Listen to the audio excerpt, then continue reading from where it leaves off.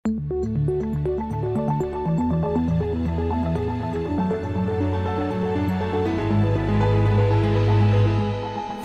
This Morning.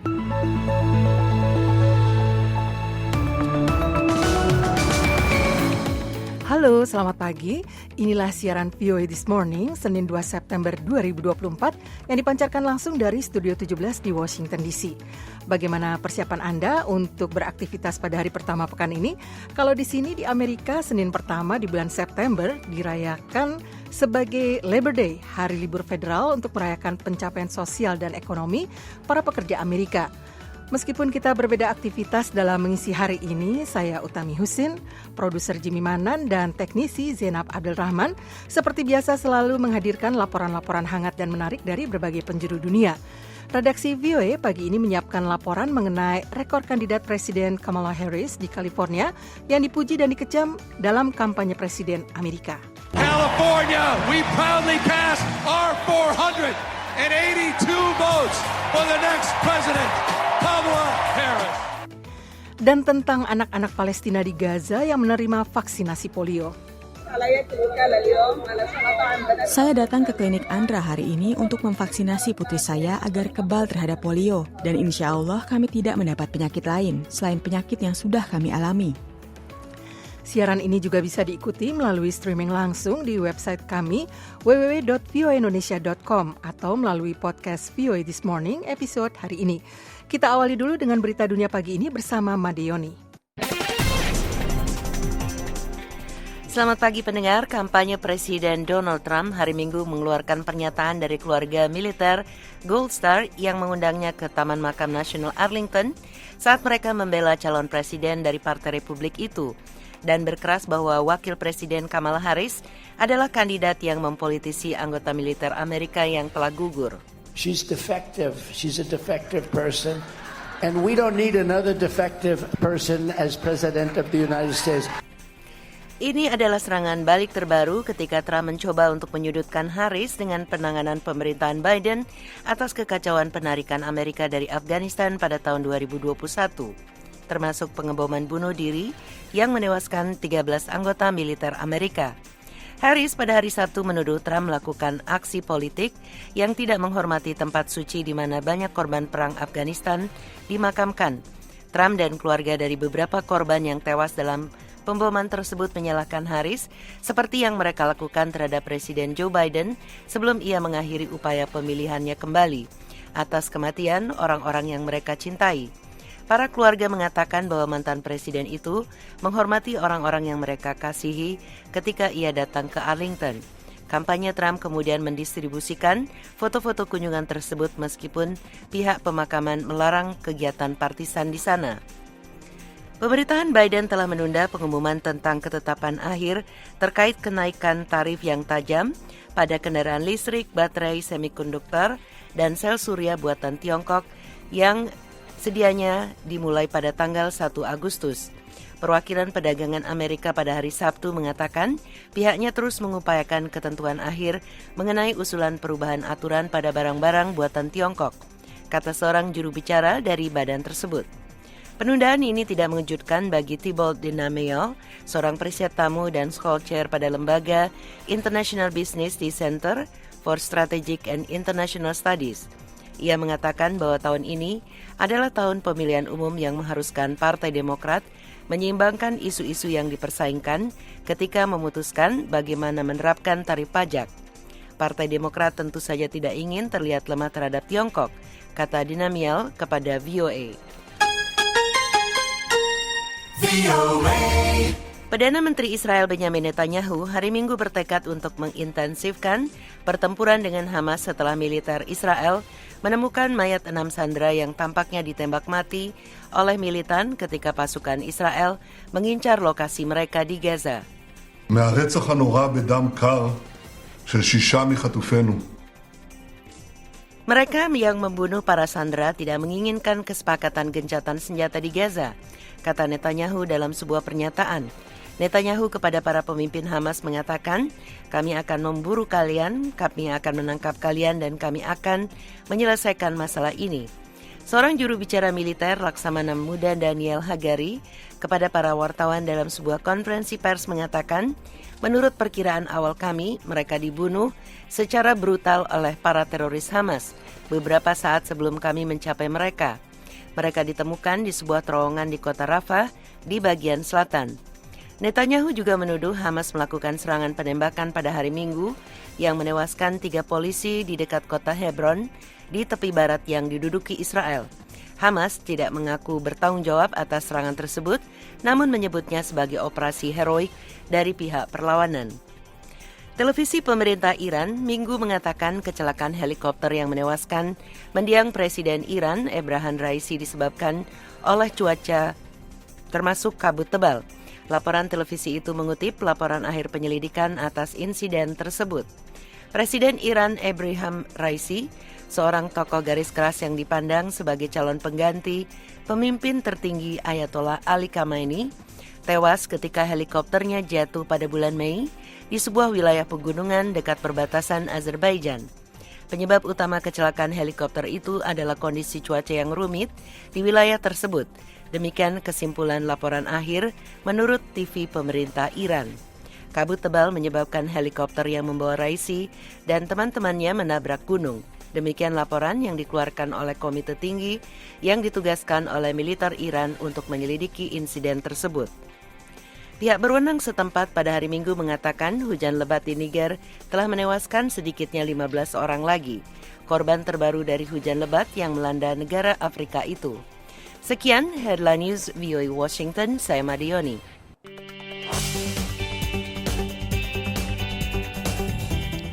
VOA This Morning. Kandidat Presiden Amerika Kamala Harris berasal dari California, salah satu negara bagian Amerika yang paling liberal secara politik. Posisi yang pernah dijabatnya sebagai jaksa penuntut, jaksa agung negara bagian, dan senator Amerika merupakan inti dari kampanye kepresidenan Harris. Lawannya Donald Trump mengatakan rekor Harris di California menunjukkan ia terlalu liberal bagi negara-negara bagian lainnya di Amerika. Laporan selengkapnya disampaikan Arif Budiman. Partai Demokrat California menyelesaikan pemungutan suara di konvensi partainya beberapa waktu lalu dengan memilih salah satu dari mereka. Gubernur California, Gavin Newsom, mengatakan dalam konvensi itu, California, we proudly pass our 482 votes for the next president, Kamala Harris. Harris mengatakan pengalamannya di California menunjukkan tindakan-tindakan yang diambilnya ditujukan untuk mengatasi keprihatinan bersama. As a young courtroom prosecutor in Oakland, California, I stood up. Sebagai jaksa penuntut muda di Oakland, California, saya membela perempuan dan anak-anak dalam melawan predator yang menganiaya mereka. Sebagai jaksa agung California, saya berurusan dengan bank-bank besar, memberikan $20 miliar untuk keluarga-keluarga kelas menengah yang rumah mereka akan disita. Lawannya dari Partai Republik, Donald Trump mengatakan bahwa pengalaman Harris di California menunjukkan bahwa dia bisa menghancurkan Amerika. Her radical liberal agenda ruined San Francisco. It ruined California when she was the Attorney General. Agenda liberal radikalnya menghancurkan San Francisco. Ini menghancurkan California ketika dia menjadi jaksa agung. Itu menghancurkan kelas menengah kita, menghancurkan perbatasan kita, membakar dunia, dan sekarang dia ingin dipromosikan menjadi pemimpin yang mengurangi lapangan kerja. California merupakan salah satu negara yang memiliki undang-undang paling liberal mengenai hak-hak pekerja, lingkungan hidup, dan perlindungan bagi komunitas LGBTQ. Serangan yang berfokus pada California terhadap Harris adalah politik kotor, kata pemilih David Meras.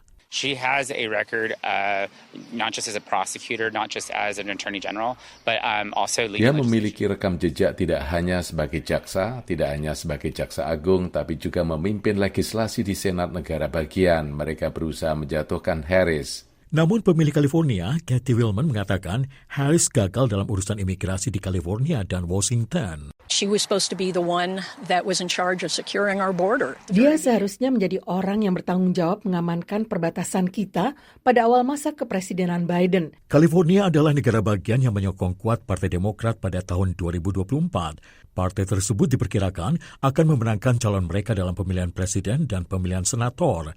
Arif Budiman, VOA Washington.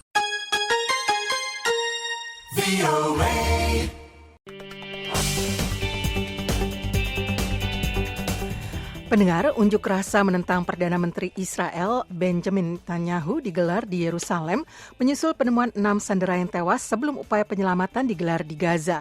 Sementara itu Presiden Amerika Joe Biden optimistis kesepakatan gencatan senjata hampir tercapai. Selengkapnya bersama Rifan Dwi Astono. אנחנו ביום קשה. לב העם כולו נקרע. Israel pada hari Minggu mengatakan telah menemukan jasad 6 orang sandera di Gaza, termasuk seorang pemuda Amerika keturunan Israel yang menjadi salah satu sandera paling dikenal karena orang tuanya telah bertemu dengan sejumlah pemimpin dunia dan mendesak pembebasannya, termasuk saat berbicara di Konvensi Nasional Partai Demokrat di Chicago bulan lalu. Militer Israel mengatakan ke-6 sandera tewas sesaat sebelum upaya penyelamatan oleh pasukan Israel. Perdana Menteri Israel Benjamin Netanyahu mengecam pembunuhan mengerikan dan berdarah dingin oleh Hamas terhadap ke-6 sandera. Ia juga menuduh kelompok itu menggagalkan upaya gencatan senjata yang sedang berlangsung. באותו זמן ממש הוא רצח 6. Pada saat yang sama, kelompok itu membunuh 6 sandera kami. Siapapun yang membunuh sandera tidak menginginkan kesepakatan. Penemuan ke-6 jasad itu memicu seruan unjuk rasa menentang Netanyahu yang disalahkan oleh banyak keluarga sandera dan sebagian besar masyarakat Israel karena gagal memulangkan mereka hidup-hidup melalui kesepakatan dengan Hamas untuk mengakhiri perang selama 10 bulan terakhir. Ribuan di antaranya berdemo di luar kantor Netanyahu di Yerusalem hari Minggu. Amos, salah seorang pengunjuk rasa di Yerusalem, mengatakan, Each and every citizen all around the world, I'm a simple citizen. Setiap warga negara di seluruh dunia, seperti saya, warga negara biasa, turun ke jalan dan berteriak. Kita bisa menyelamatkan orang-orang, kita bisa menyelamatkan nyawa manusia lain dari semua sisi. Kita bisa menyelamatkan mereka. Negosiasi kesepakatan itu telah berlangsung selama berbulan-bulan. Pada Sabtu, Presiden Amerika Serikat Joe Biden memberi isyarat kemungkinan tercapainya gencatan senjata antara Israel dan Hamas. Biden menyatakan bahwa kita hampir mencapai kesepakatan kepada wartawan di pantai Rehoboth, Delaware. Masih optimistis karena para pemimpin kedua pihak telah memimpin bertemu di Mesir. Perwakilan kami terus bertemu dan kami rasa kami telah mencapai kesepakatan. Mereka semua mengatakan bahwa mereka setuju dengan prinsip-prinsip yang ada, jadi doakan saja. Militan Hamas menculik Hersh Goldberg Paulin yang berusia 23 tahun dan 4 dari 5 sandera lainnya di sebuah festival musik di Israel Selatan dalam serangan Hamas pada 7 Oktober yang memicu kembali perang di Gaza. Pihak militer menyatakan bahwa jasad ke-6-nya ditemukan di sebuah terowongan di kota Rafah, Gaza Selatan, sekitar 1 kilometer dari lokasi sandera lain, Qaid Farhan Al-Qadi, yang diselamatkan pekan lalu. Dari Washington DC, tim VOA.